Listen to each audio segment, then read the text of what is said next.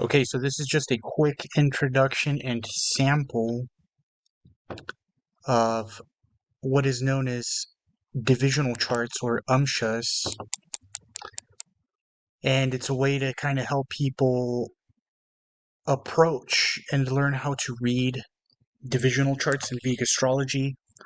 So before you get complicated with anything or try to get all crazy and get lost in all these details and get analysis paralysis, a very simple thing you could do is look at the planetary rulership that is associated with the divisional charts.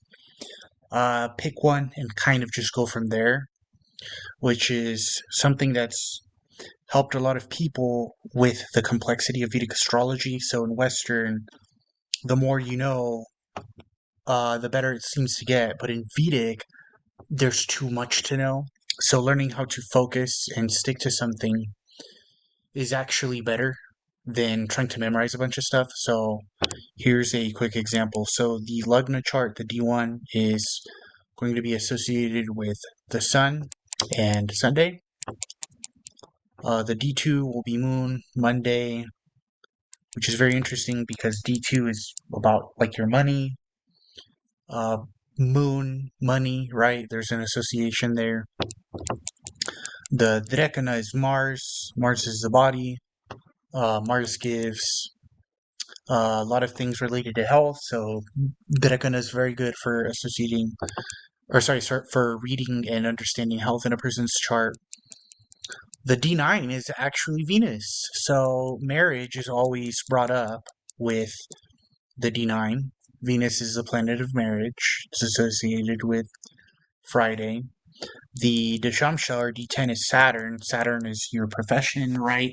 But instead of just looking at the planet from a static perspective and going, oh yeah, Saturn's profession, what you're actually doing is you're getting a house.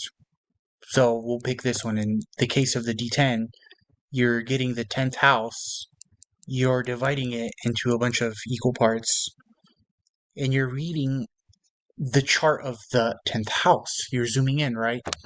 So, because there's so many different things to look at, and because it's not read like a normal chart, before you get ahead and start doing a bunch of things, all you could simply do is open the D10 and look at where Saturn is. Everything else will come later, right? You're not going to learn Vedic astrology overnight. But if you learn how to approach these subjects with these little techniques, you'll slowly build a base over time and be much better at reading it than if you try and approach this the way you would with Western astrology.